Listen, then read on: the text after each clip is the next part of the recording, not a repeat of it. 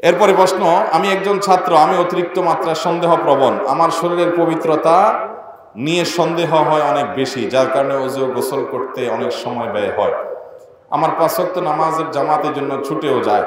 সন্দেহের বশে আমি অনেক সময় বাবা মায়ের অবাধ্য হই। আমার এই সন্দেহের কারণে আমি অস্বাভাবিক হয়ে পড়েছি, এক্ষেত্রে আমার করণীয় কি? ভাইরা আমার, এটাকে বাংলায় বলে সূচিবায়ুর ব্যারাম। কি ব্যারাম বলে? সূচিবায়ুর ব্যারাম। খুঁতখুঁতে স্বভাব, ওয়াসওয়াসা বলে, ওয়াসওয়াসা, মনের ভিতরে কুমন্ত্রণা আসে।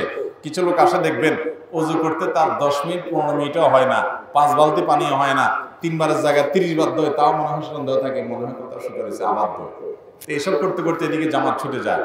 এই রোগ অনেকের মধ্যে আছে, খুঁতখুঁতে স্বভাব বলে এটাকে, খুঁতখুঁতে স্বভাব। এই স্বভাবটা খুব খারাপ, আর এটা করে মূলত শয়তানে। এই স্বভাবটা তৈরি করে মূলত কে?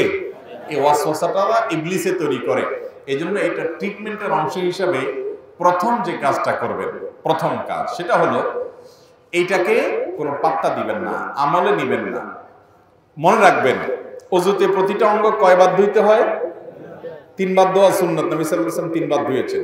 অতএব আপনি 3 বার মুখ ধোবেন, ভালো করে পানি নিয়ে ডলবেন, ধোবেন।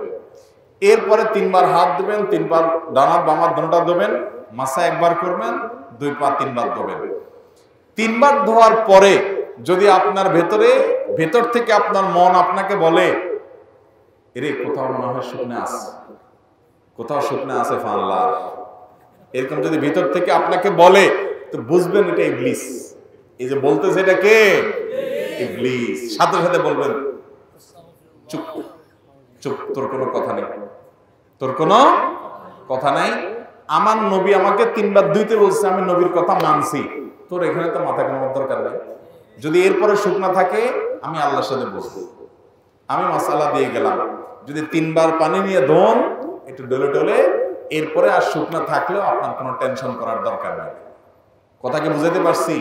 তো এইভাবে প্রথম ট্রিটমেন্ট হলো এটাকে ইগনোর করা, পাত্তা। আপনি 3 বার পানি নিয়ে একবার মুখমণ্ডল সব জায়গায় ঘষা দিবেন, বাস আপনার দায়িত্ব শেষ। এরপরে আবার শুকনা আছে কিনা আয়না দিয়ে দেখলেন, ফাঁকা রয়ে গেছে কিনা, এগুলোর কোনো দরকার, এটা বাড়াবাড়ি। এরপরেও যদি শুকনা থাকে, আপনার নামাজ হয়ে যাবে, আপনি কোনো টেনশন করেন না।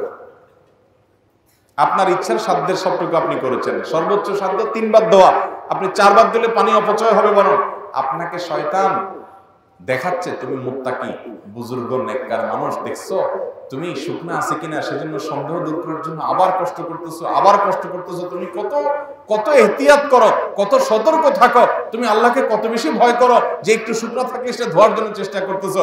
এটারে বলে শয়তানের নেক্সিরোতে ধোঁকা। আসলেও আপনাকে সতর্ক করছে না, আসলে মূলত আপনাকে সে পানি অপচয়কারী বানাচ্ছে।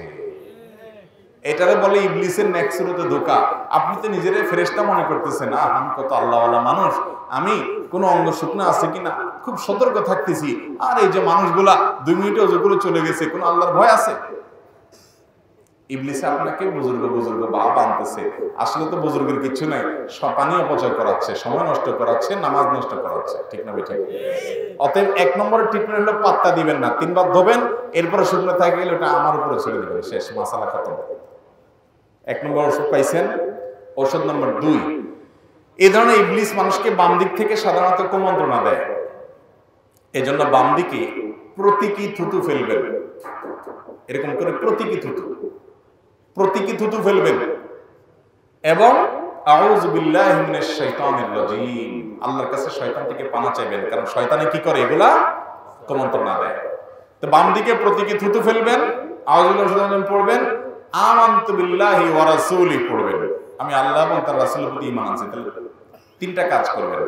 বাম দিকে প্রতীকী থুতু দিবেন, আউযু বিল্লাহি মিনাশ শাইতানির রাজীম পড়বেন, আর আমানতু বিল্লাহি ওয়া রাসূলিহি পড়বেন। এই আমলগুলো করবেন। এর পাশাপাশি সাধারণ জিকির আজকাল বেশি বেশি করবেন। ইনশাআল্লাহ আল্লাহ তাআলা আপনার সূচিবায়ুর রোগ দূর করবেন। যদি এটা মানসিক রোগের চূড়ান্ত পর্যায়ে সবকিছু নিয়ে এরকম হয়, তাহলে মানসিক রোগের ডাক্তার দেখাবেন। আর ওই যে বললাম কোরআন, আবারও বলছি, এই রোগের ট্রিটমেন্টের জন্য কোরআন বেশি বেশি তেলাওয়াত করবেন, কোরআন তেলাওয়াত অডিও চালায় রাখবেন, বসে বসে শুনবেন, দেখবেন শয়তান দৌড়ে পড়েছে ইনশাআল্লাহ। আল্লাহ তাআলা এই রোগগুলো দূর করে দিন আমাদের। রমজানে ওষুধ খেয়ে মহিলারা ঋতুস্রাব বন্ধ করে রোজা রাখলে সেটা জায়েজ হবে কিনা? মহিলারা ঋতুস্রাব বন্ধ করার জন্য যদি ঔষধ সেবন করেন, ঔষধ সেবন করে যদি ঋতুস্রাব বন্ধ করেন রমজান মাসে, তাহলে সেটা স্বাস্থ্যের জন্য যদি ক্ষতিকর না হয়, স্বাস্থ্যের জন্য যদি বিশেষ কোনো সমস্যা তৈরি করবে এরকম সাইড এফেক্ট না থাকে, তাহলে জায়েজ আছে। কিন্তু উত্তম হলো স্বাভাবিক অবস্থার উপরে ছেড়ে দেওয়া, কারণ এই মাসিক আল্লাহ তাআলা দিয়েছেন, অতএব আল্লাহ এই ফয়সালাকে মেনে নেওয়া, এটাই হলো স্বাভাবিকত্ব। এই স্বাভাবিকত্ব মেনে নেওয়াই বেটার। কিন্তু কোনো কারণে আপনি ওষুধ খেয়ে মাসিক বন্ধ রেখে আপনি রোজা রাখবেন, ইবাদতবন্দি করবেন, জায়েজ আছে। শর্ত হলো এটার কোনো বড় সাইড এফেক্ট থাকতে পারবে না। যদি আপনার স্বাস্থ্যের জন্য বড় ধরনের কোনো ক্ষতি থাকে, সাইড এফেক্ট থাকে, তাহলে এটা করা উচিত হবে না। কারণ হলো এটা করা মানে নিজের ক্ষতি করা। ওয়ালা তুলকু বিআইদিকুম ইলা তাহলুকা, নিজের ক্ষতি হয়, ধ্বংস হয়, এরকম কোনো কাজ করা ইসলামে জায়েজ